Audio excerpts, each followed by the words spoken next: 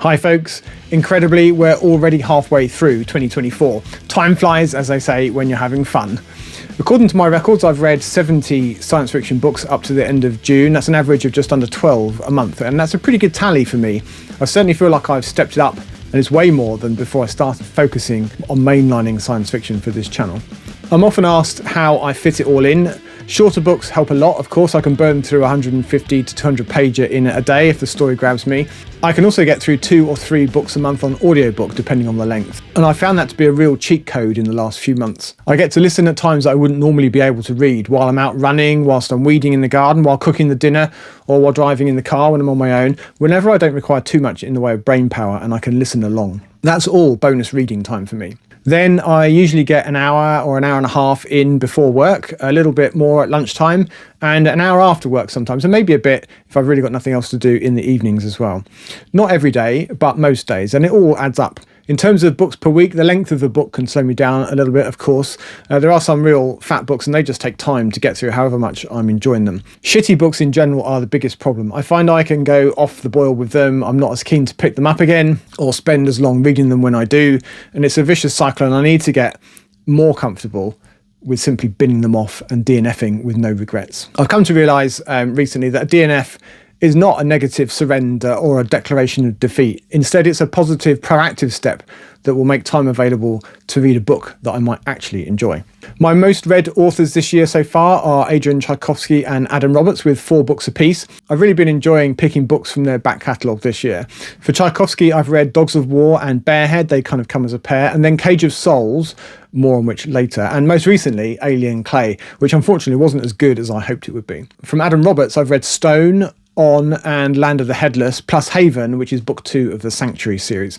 I'm keen to read more of Adam's books, so it wouldn't massively surprise me to find him being my most read author of 2024. There have been some excellent science fiction books amongst the 70 that I've read so far, all strong contenders for a top 10 position at the end of the year. And there have been a few stinkers too, unfortunately. So let's take a look at the hits and misses. At the top of the heap, as it were, are the first 3 books in the Sun Eater series by Christopher Rocchio. I've enjoyed this immensely. It's right up my street. For me, these 3 books all scored 9 or 9.5 out of 10. As regular viewers will know, I like a good space opera, and these are epic, widescreen, lush space opera. I like Rocchio's writing style. It's rich, maybe even a little bit dense, without being too wordy or challenging to read. I really like the deep history of the Solen Empire. There's 20,000 years of it since our time. The protagonist, Hadrian Marlowe, is a bit of a historian at heart, and through him we get glimpses of the deep past, the legends of the Empire's foundation. And I like the scope and the scale of the thing. 500,000 stars and their planets make up the Solen Empire, and this is still only a small patch of galactic ground. I really like the main character. Hadrian Marlowe is in some ways an absolute idiot in the first book. He's impetuous of deed, thoughtless, a little bit selfish, but at least having the self-awareness to realise it. And I've been enjoying his gradual maturing as the series progresses. I like the relentless Cielcin, the alien villains of the piece. They're nasty, there are hordes of them, and they want to wipe us humans out, literally munching their way through star system by star system. We are vermin to them, a source of meat, literally, for the table. I've enjoyed the hints of even bigger problems and cosmic scale threats to come in the later books. Suffice to say that there's a lot that I like about this series. Rocchio has been smart, I think. It could be said that Sun Eater is fantasy adjacent. Fans of epic fantasy will find a lot to like here. Really, it's kind of like an epic fantasy in space, which goes some way to explain its popularity. Is it mind-bending, world-beating science fiction, a work of ideas challenging our understanding of humanity and our place in the universe? No, it's not. But is it rollicking good fun? 100% absolutely it is. I think it's going to take something with a huge wow factor to knock Sun Eater off its perch in the second half of the year. In a complete change of scene, the Furies by Keith Roberts was a 9 out of 10 for me as well. We get 2 catastrophes in this book for the price of 1, with global earthquakes followed by a plague of giant man-eating wasps, bent on dominating the remaining human population. I enjoyed the grungy feel of this England. I like the no-nonsense protagonist, just an ordinary fella trying his best to survive in this new world of yellow and black peril from the skies. He joins up with a band of makeshift guerrillas who have decided that up with this they shall not put. The stripy enemy are harried from all sides. I have a personal dislike for wasps, so the notion of a wasp several feet long was actually a proper nightmare for me. And if that wasn't bad enough, they're also organised, herding humans into camps for slave labour, complete with turncoat, quizzling humans that do their bidding in return for slightly less grim living conditions. I really loved Keith Roberts' writing. It's written in the mid-60s. It has definite 50s vibes, and it reminded me quite a lot of John Wyndham, which I gather was a deliberate ploy on Roberts' part. I've since got hold of a couple more of Keith Roberts' books, and I'm looking forward to reading those too. Another that might well appear on a top 10 reads of the year is Lord Valentine's Castle by Robert Silverberg, another 9 out of 10. I really enjoyed this on audiobook. I'm finding that the quality of the narration can make a real difference to my enjoyment in this format. We get the standard Robert Silverberg prose, and you immediately know that you're in good hands. And the world building is really something. Maybe the broad strokes of the plot are a touch predictable. We kind of know where it's going to end. But this book is not about the destination. It's all about the journey, and what a journey it is. A personal one for Valentine, of course, and a trek across 3 continents. Having created a big canvas in the enormous Magipur, the vast planetary setting for this story, Silverberg goes to town on it. There are several resident alien species that are all richly described, as is the local flora and fauna. There was a really great twist that I didn't fully see coming, and the main characters were very likeable indeed. This may not be Silverberg in his 60s and early 70s pomp, but the writing is still excellent, I think, and it was a perfectly good story and a milestone in fantasy or science fantasy of the early 80s, I think. I've since got my hands on a nice first edition hardback of Lord Valentine's Castle, and there are several more books set in this world that I'm keen to read. Cage of Souls by Adrian Tchaikovsky was another excellent read this year, or rather an excellent listen. This was also an audiobook. Unusually, I don't actually possess a physical copy. I'd like a hardback, but they seem to be very uncommon and command a ridiculous price, well over £100, and I don't want one that badly, or at least not yet. This is another book with strong world building. This is a dying Earth tale where right at the last knockings of life on Earth many thousands of years in our future. Entire civilizations have risen and fallen since our time, and humanity is now reduced to one city. The wildlife is full of mutations, evolution is operating at an accelerated pace due to the many environmental challenges. I found Tchaikovsky's storytelling super engaging in this book. The characters were done really well, I thought, and the audio book performance, for that's what it was no mere narration, really helps here. The artist did an awesome job with voicing the different individuals. I really enjoyed the time that I spent with this book, much of which is set in a remote prison, the titular Cage of Souls. The protagonist, Stefan Advani, is a young academic that's got on the wrong side of a key power in the underworld of Shadrapar, the last city on Earth, resulting in his unjust sentencing to a long and probably fatal spell in the notorious prison. The prison is run by a capricious management team, including the aloof, obsessed governor and the unbalanced, trigger-happy marshal and his team of wardens. There is a motley band of prisoners, some of whom become fast friends to Stefan and even lovers.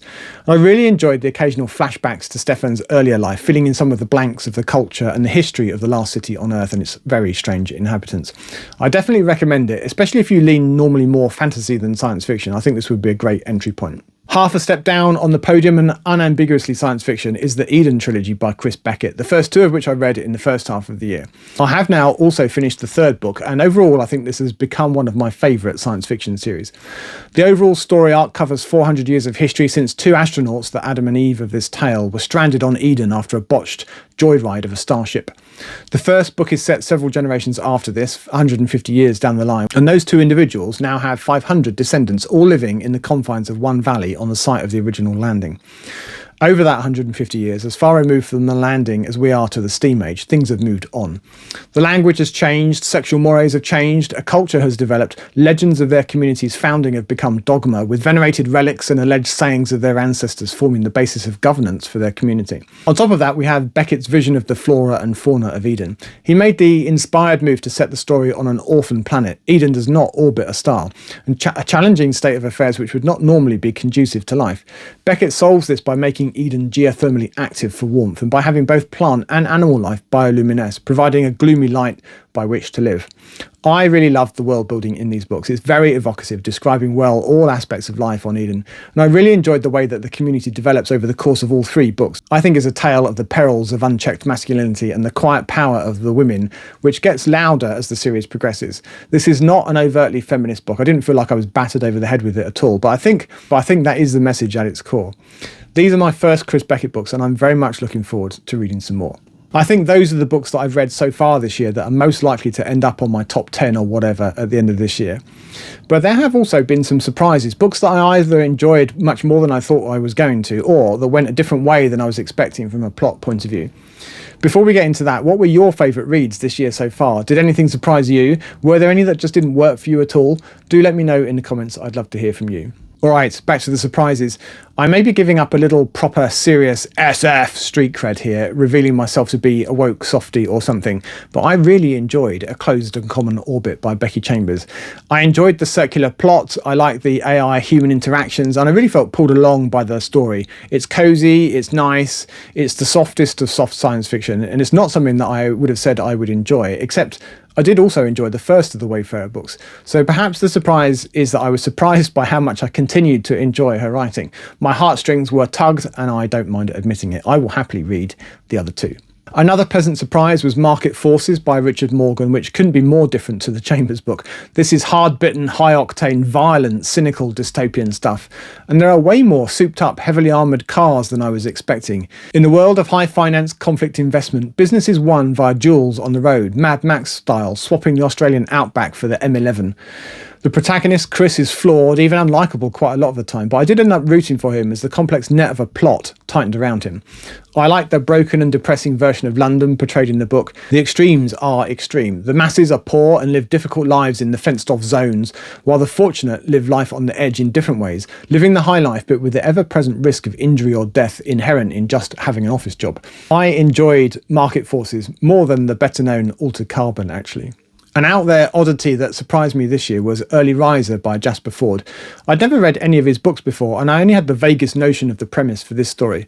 I did struggle with his style at first. I was worried I would get tired of his witty prose. It seems like every sentence contains something arch, humorous or sarcastic, and it initially felt a bit relentless. I did settle in though, and I'm glad that I persisted. It's such a strange world, and it gets stranger as the story progresses. Early Riser is set in a very different Britain. It's actually Ford's native Wales, where the winters are severe. We've been living through an extended ice age since at least Roman times, so cold that humans have long hibernated during the most severe winter months. A small and committed band of winter consuls fight nature and stay awake to monitor the sleeping in their mass dormitoriums, policing with absolute authority whilst the government of the day is tucked up in bed.